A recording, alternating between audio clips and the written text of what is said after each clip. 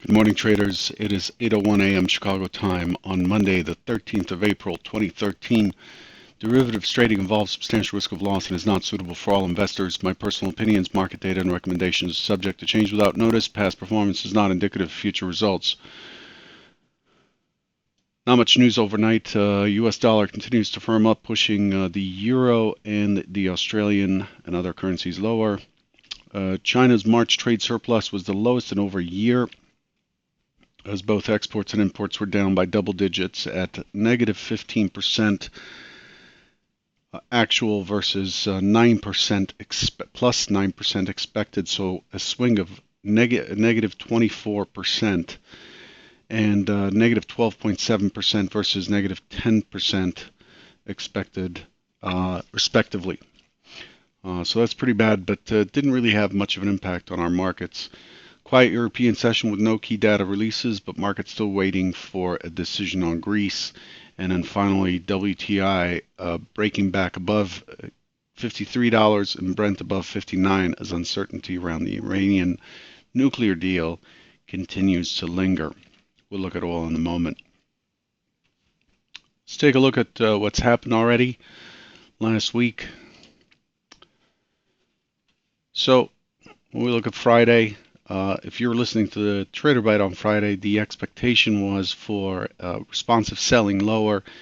First target being the point of control, the point of control left behind on Thursday, which was at 84 and a quarter, and then with a potential push down to 82. And then targets above were 96 and a quarter, and then I was looking at 2100 as the next target up.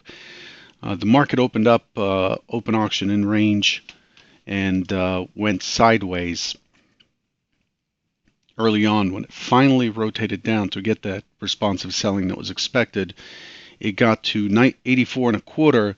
It got to 84.50, which is one tick ahead of this naked point of control you see in pink here. After testing that, we found buyers. There was a nice taper on the profile here. It wasn't, I wouldn't call it an excess low, but there was a pretty good taper on the profile. We rotated up, pushed through the opening swing high, which was at 2088.75, pulled back to VWAP mid, and started pushing higher. Ultimately, it was a fairly quiet day. Ultimately, we ended up at 96 for the high, and again, the naked point of control, the next naked point of control up, and the template day from March 24th was at 96 and a quarter. So if we look at that day, we'll see here that there wasn't very much to work off of except that as it pushed through 91, there was a decent probability of hitting 96 and a quarter, and it just could not do it. It left a somewhat of a P-shaped profile and a very weak high. And I talked about on Friday, I tweeted about the fact that it tested the high twice, 96 at about 2 o'clock, and then again on the closing bar, yet not breaching it. In this kind of situation, the expectation, we're outside of the key element here is we're outside of the prior day's range, and have held value higher and have built up value higher. So the expectation here is continuation higher. I was really expecting the continuation higher at 3:30 Central when the market reopened for 45 minutes until settlement at 4:15. No go. As we look at the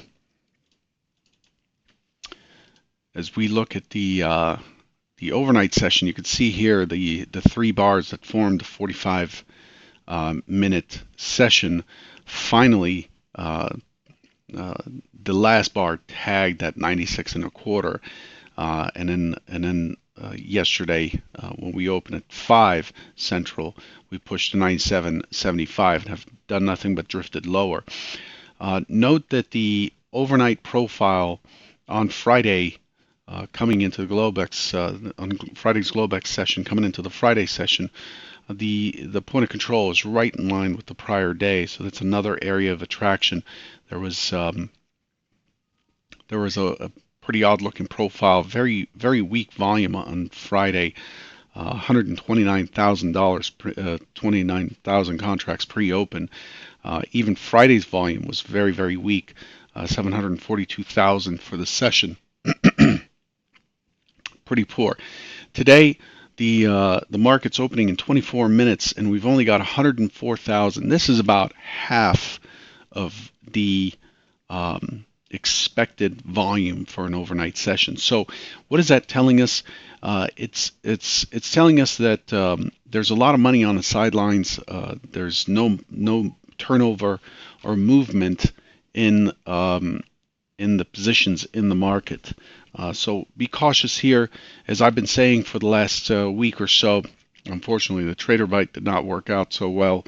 The broadcast did not work out so well as I was over spring break in Toronto, and my setup couldn't handle the bandwidth. But I talked about the caution that this is likely to resume its push up, and we're looking for 2101 on the upside as a key target. Looking at what we've done so far, since the February 13th break and a push to 2110 quarter, which was the high put in March's contract at the end of February at 2117.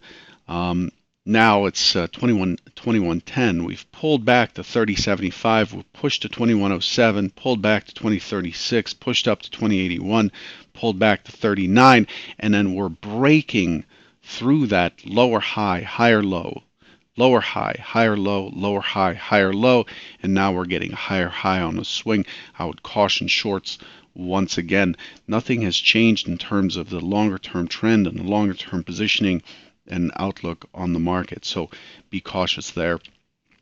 If you're on the short side, I know there are quite a few perma bears out there. Stage 5 has several of them that I monitor every day, and I know that people, when they put on a short position, they get stubborn. So back when we were down here, I'd indicated once again, if you're short, consider putting on an option or hedging your position or just closing it.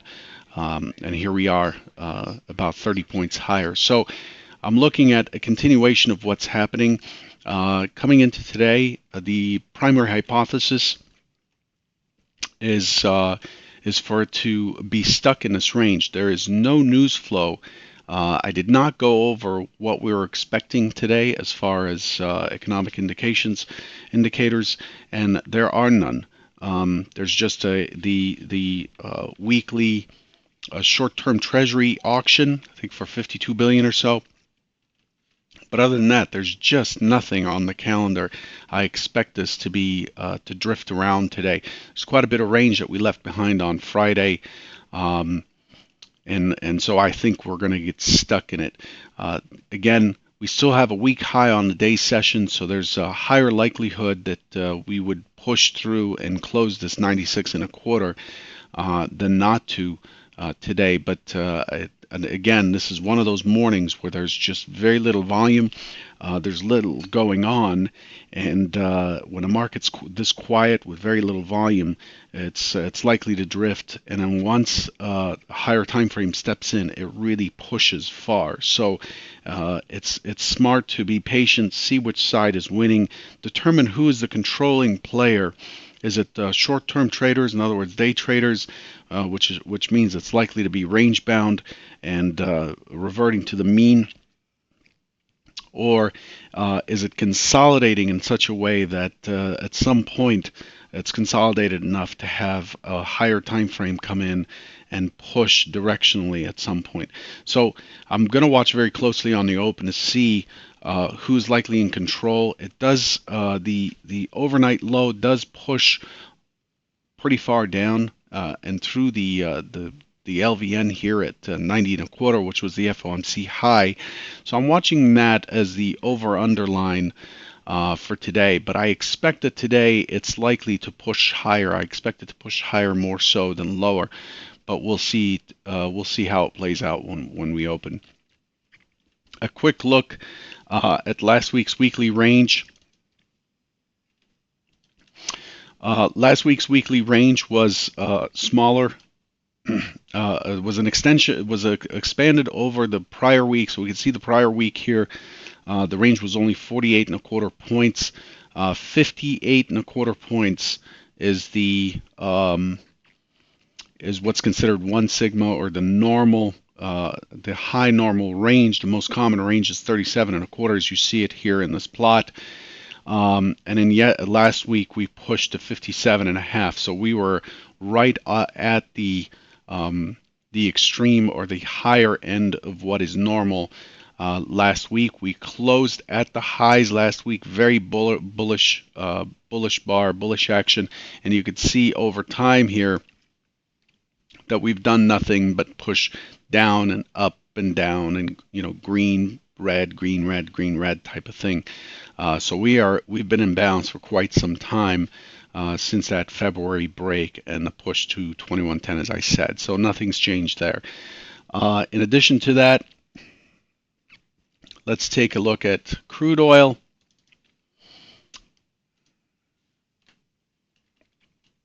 Sorry, I got to switch from my trading chart to my crude oil. Let's make sure that this pop is actually real. I'm with crude oil, I'm only plotting the RTH pit session, so we have a gap up. Remember, crude oil, my target from last week has been 55.09.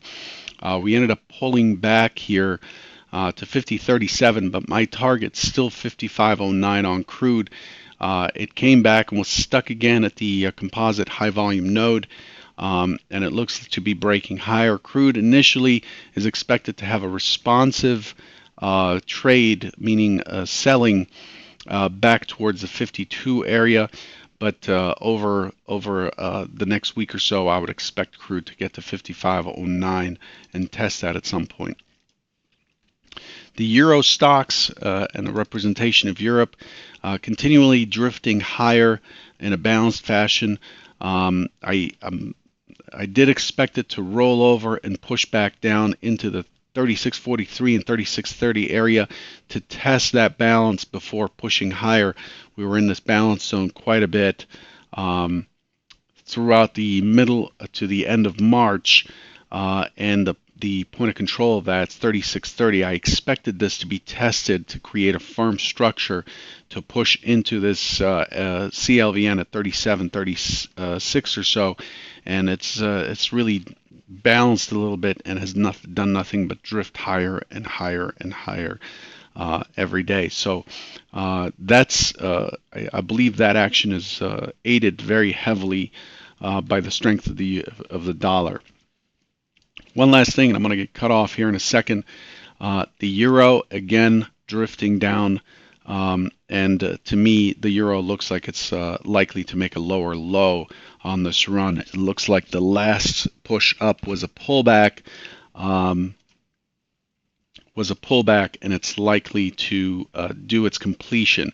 So here's the impulsive move, here's the pullback, and it looks to me like we're likely to get a lower low below this 104.73 area to complete this impulsive move in the market. So looking for that in the euro.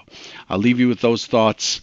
Again, there's a fair amount of stuff going on this week, but on the news front or the economic release front, there really isn't anything. Good luck today. Take care.